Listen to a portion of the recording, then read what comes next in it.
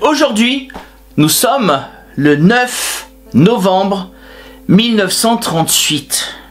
Il y a exactement 85 ans, à l'heure où j'enregistre cette vidéo, commence ce que l'on appelle en allemand la Reichskristallnacht et en français la nuit de cristal.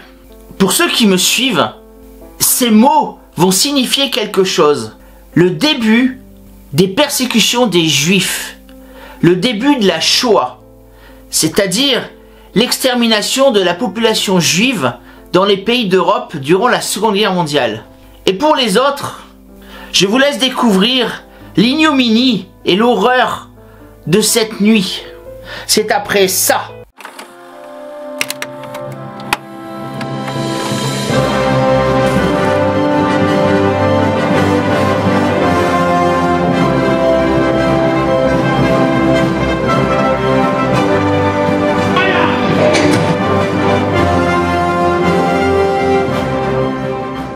Salutations compagnons et compagnonnettes, je suis Bayan Taillefer, forgeron médiéviste, historien à 16h ou le contraire.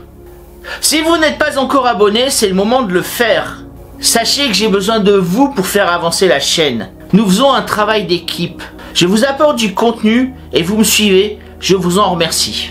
La nuit de cristal, c'est la cristallisation de la persécution des Juifs en Allemagne depuis la prise de pouvoir par Adolf Hitler en janvier 1933. Jusque-là, les persécutions, avec notamment les noix de Nuremberg de 1935, se contentaient d'être un rejet des Juifs de la société allemande. Progressivement, les Juifs allemands, qui vivaient donc sous le régime du Troisième Reich, n'eurent plus le droit d'être fonctionnaires, d'exercer des métiers de la justice, d'exercer la médecine.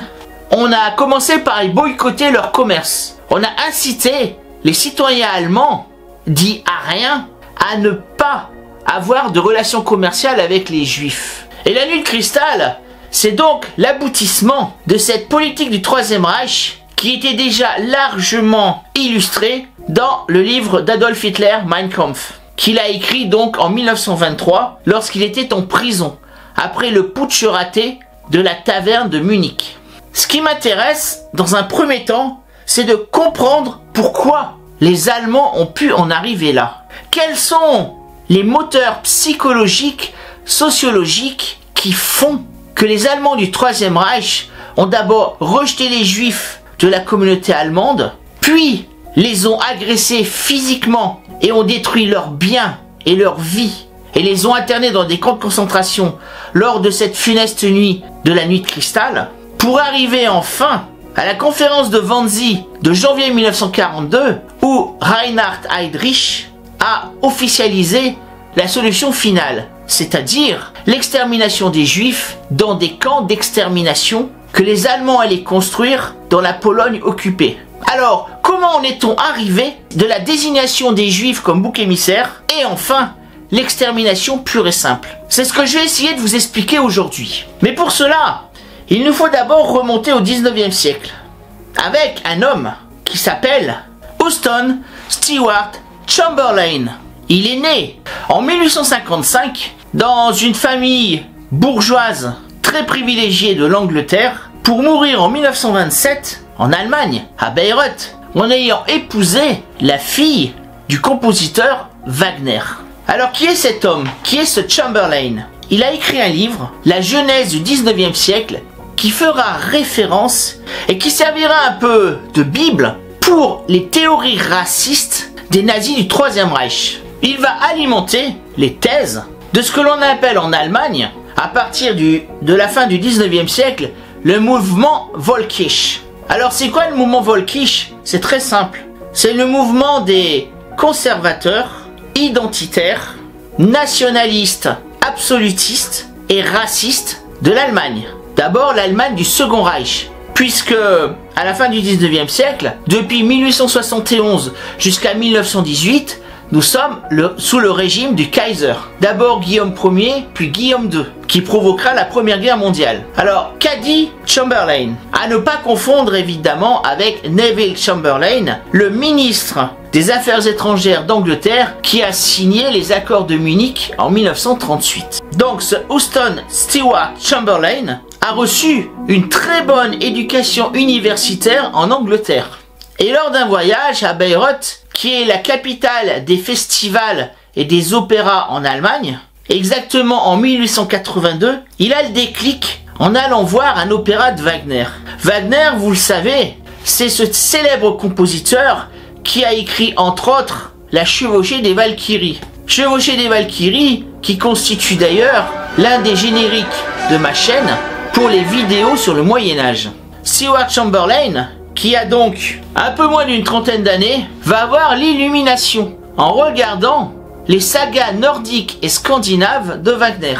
Il se crée un univers mental dans lequel les Allemands sont destinés à dominer le monde. Et ils font partie de ce que l'on appelle à l'époque la race aryenne. Alors ici, il me faut faire encore un recul pour en arriver à un philosophe français qui s'appelle Arthur de Gobineau. Arthur de Gobineau est né en 1816 et il est mort en 1882. Il écrit, tenez-vous bien, un essai sur l'inégalité des races humaines. C'est-à-dire que c'est lui, sous la forme d'un procédé pseudo-scientifique, qui va établir une hiérarchie entre les groupes humains, précisant ceux qui forment le haut de l'espèce humaine et ceux qui en forment le bas. Parmi ces recherches pseudo-scientifiques, il va établir que les peuples indo-européens, donc les Caucasiens, c'est-à-dire les Français, les Anglais, les Allemands, les Scandinaves, et j'en passe, sont issus à la base de la race aryenne. Alors c'est quoi la race aryenne? C'est un peuplement qui a vécu de moins 1500 à moins 500 avant Jésus-Christ et qui occupait la sphère indo-iranienne. Et d'après les thèses racistes de Arthur de Gobineau, cette race aryenne serait celle qui, en émigrant de l'Est vers l'Ouest, aurait donné tous les peuples dominateurs de l'Europe de l'Ouest, notamment les Germains. Cette race aryenne, entre guillemets, aurait donc migré sur toute la face du monde et aurait engendré toutes les civilisations les plus brillantes et les peuples dominateurs.